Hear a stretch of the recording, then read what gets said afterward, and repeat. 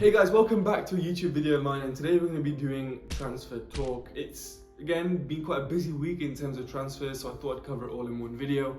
And what better place to start than N'Golo Kante? Obviously, most of you would know the news that he's on the verge of heading, or if he's not already moved by the time you're watching this video, to Al Ittihad in Saudi Arabia. Chelsea fans, I think, unanimously are quite sad about this news, although we could kind of tell the time was coming for N'Golo Kante to move on because of injuries. He just wasn't playing as much recently, but every single Chelsea fan is appreciative of N'Golo Kante's time at this club. He was such a key member to so many of our trophies that we won, especially as recently as the Champions League a couple of years ago. I know it doesn't feel like a couple of years ago, it feels like the last season just went by. It was at least 10 years on its own. But it was literally 2 years ago. N'Golo Kante was a key member as to why we won the Champions League in that midfield with Jorginho. And it's quite sad because N'Golo Kante is obviously a key figure in the dressing room, and he was just a really, really good figure to have around the club, a really humble guy, which is well documented obviously everywhere. So yeah, it's a big loss for Chelsea Football Club, a really, really big loss. And if you look at the deal to Al Ittihad, it seems as though he's accepted 100 million euros per year, 2025. And I'm not being funny, but if I was in that position, if you were in that position, if anyone was in that position, he was taking that money and running. That is a lot of money to take.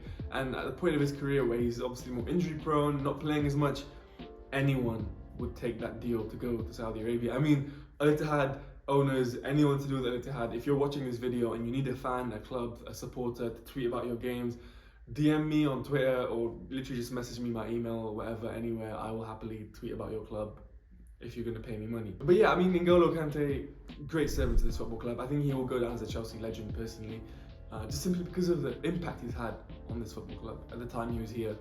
And it's going to be hard to replace him. Obviously, there's rumours that we're getting Moise Caicedo or Romeo Lavia. They're not directly comparable to N'Golo Kante in their style, but I mean, it'll be better than no replacement at all. And the fact that we've got so many midfielders leaving now, I mean, we've got Kovacic going likely, Kante leaving, Loftus-Cheek probably going to Milan. We're a shortage of midfielders at the moment. I mean, at the moment, it seems as though Conor Gallagher is probably the only one in midfield.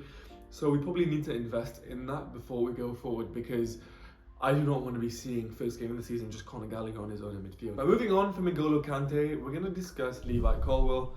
Levi Colwill's been in a bit of controversy recently with his tweets. I think when we lost 4-1 to Manchester United, he tweeted a photo of himself and Billy Gilmour enjoying their night out after a Brighton fan had atted him on the timeline, tweeted at him, asking how his night was going, something along those lines. And Chelsea Twitter went into meltdown, including me, because it felt a bit insensitive that Levi Colwill was indirectly taking shots at our football club. I mean, it probably transpired that he was just on a night out with his friends and it didn't really mean to have a dig at Chelsea.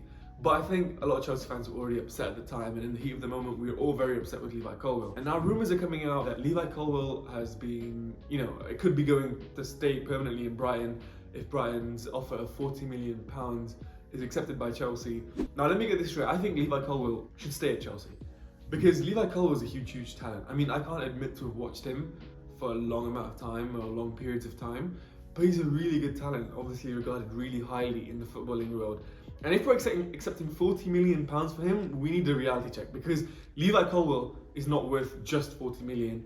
Add an extra zero, and that's probably closer to what his value is. Levi Colwill needs to stay at Chelsea. If we sell Levi Colwill, I genuinely don't know what to say about this board, because he is the future of Chelsea Football Club. There's no doubt about it. Yes, he's had some dodgy moments on loan recently. Even in an interview, he said he forgot he played for Chelsea. But I don't care if he's forgetting he's ever played for Chelsea, as long as he stays at the club, because Levi Colwill is a huge, huge talent. And 40 million is taking the piss. Like, come on. Brighton literally made us pay 60 million for Cucurella. They gave us Graham Potter. Like, come on. They should at least have some shame and offer 150 million if you want to get anywhere near the value that he is worth.